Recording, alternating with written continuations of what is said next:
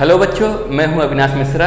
आज की इस वीडियो में मैं आपको याद करने का बहुत ही इफेक्टिव और आसान ट्रिक बताऊंगा, जिसे आप इस ट्रिक को यूज करके बड़े से बड़े आंसर को बहुत ही आसानी से और बहुत ही जल्दी से याद कर पाओगे। हुआ है कि बच्चों, एक बार मैं एक स्टूडेंट के घर पे होम ट्यूशन पढ़ाने के लिए गया था। जब मैं उस बच्चे के घर पे पहुंचा तो उसके पेरेंट्स ने मुझे बताया कि मेरे बच्चे को कुछ भी जल्दी से याद नहीं होता है।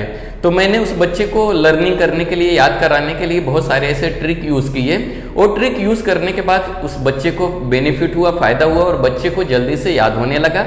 तो याद करने का प्रॉब्लम कहीं ना कहीं सभी बच्चों को है।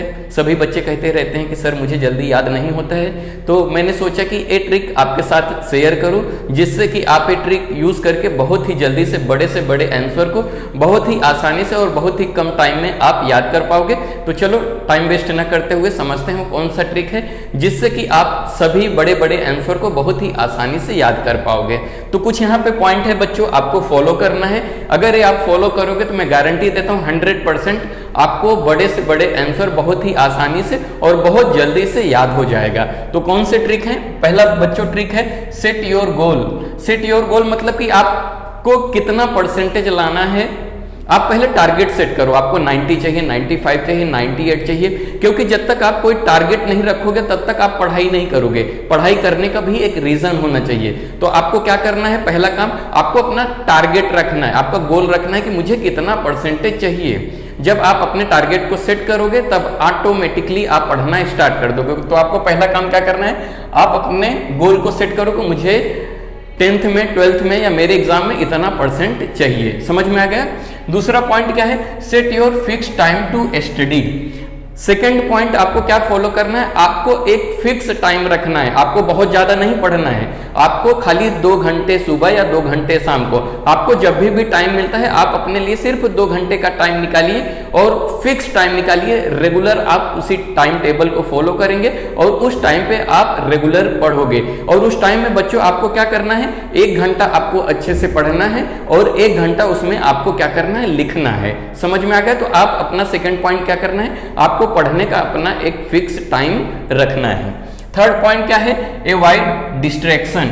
डिस्ट्रैक्शन बहुत प्रॉब्लम होता है बच्चों, जैसे कि आप मोबाइल यूज करते हो, सोशल मीडिया यूज करते हो या घर में मेहमान वगैरह रहते हैं, तो आपको डिस्ट्रैक्शन को अवॉइड करना है। मतलब जो भी चीजें आपको डिस्टर्ब करती हैं, जब आप पढ़ने बैठोगे तो वो 2 घंटे में आपको कोई भी ऐसी चीज नहीं यूज करना है कि जो भी आपको डिस्टर्ब करे।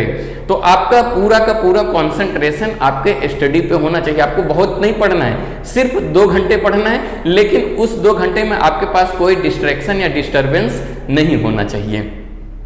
फिर 4 पॉइंट क्या है? कॉन्सेप्ट को पहले अच्छे से समझो, रटो मत। बच्चों, जिस क्वेश्चन का आंसर आप याद कर रहे हो, सबसे पहले आप कॉन्सेप्ट को बहुत अच्छे से, एक पॉइंट को, एक लाइन को अच्छे से पढ़ो और अच्छे से समझो।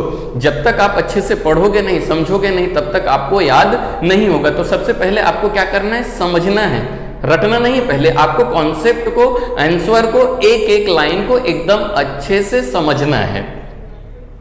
तो बच्चों 5वां पॉइंट क्या करना है? बोल कर पढ़ो। आप जब कॉन्सेप्ट को अच्छे से समझ लिए तो फिर उसको बोल के पढ़ो और अपने इजी लैंग्वेज में उसको समझने की कोशिश करो। जब आप कॉन्सेप्ट को अच्छे से समझ जाते हो तो बोल के उसे पढ़ो। उसके बाद आपको क्या करना है? बड़े क्वेश्चंस को पॉइंट्स में लिखो। जो बड़े क्वेश्चन के आंसर हैं, बड़े क्वेश्चन जल्दी से याद नहीं होते, तो उसको क्या करो? आप पॉइंट्स में कन्वर्ट कर दो। 1 पॉइंट, 2 पॉइंट, 3, ऐसे बहुत सारे पॉइंट्स में कन्वर्ट कर दो आप, जो बड़े आंसर हैं उसको। फिर आपको क्या करना है बच्चों? एक पॉइंट्स को याद करो और उसे लिखो। फिर आपको क्या करना है? जब आपने आंसर के क्या किया? पॉइंट में लिख लिया। पॉइंट में लिखने के बाद एक पॉइंट को आप याद करो। याद करके उसे क्या करो? नोटबुक में लिखते जाओ। याद करना, याद रखना, लिखना बहुत इंपॉर्टेंट होता है। 100 बार पढ़ोगे आपको याद नहीं रहेगा, लेकिन एक बार लिख लोगे तो आपको जल्दी से याद हो जाएगा। तो जितने भी पॉइंट आप याद कर लेते हो, याद करने के बाद उसको आपको क्या करना है? लिख लेना है। फिर उसके बाद आपको लास्ट में क्या करना है? पूरा क्वेश्चन का आंसर याद करने के बाद किसी को ओरल दो। जब आपको आंसर अच्छे से याद हो जाए, आप एक बार उसे अच्छे से लिख लो। लिख लेने के बाद आपको क्या करना है, आपके किसी फ्रेंड या रिलेटिव को ओरल देना है। अगर आप ओरल दे दोगे तो आपको 100% वो आंसर याद हो जाएगा। तो बच्चों ये छोटा सा ट्रिक है, आप इस ट्रिक को अपनाइए, मैं गारंटी देता हूँ 100% इफेक्टिव है। आपको बहुत ही अच्छे से सभी आंसर बहुत ही आसानी से याद हो जाएगा। तो बच्चों आप इस ट्रिक को एक बार फॉलो करके देखिए, एक हफ्ते करके देखिए, मैं गारंटी देता हूँ रिजल्ट 100% मिलेगा और आपको याद होना स्टार्ट हो जाएगा। तो वीडियो कैसा लगा बच्चों कमेंट करके जरूर बताइए, और एक बार अपने स्टडी में ये जो पॉइंट्स हैं एक बार यूज कीजिए और इसका बेनिफिट लीजिए, क्योंकि जितना आप याद करके रखोगे उतना ही एग्जाम में लिखोगे। समझ में आ गया? तो याद होना बहुत जरूरी है। तो वीडियो देखने के लिए धन्यवाद।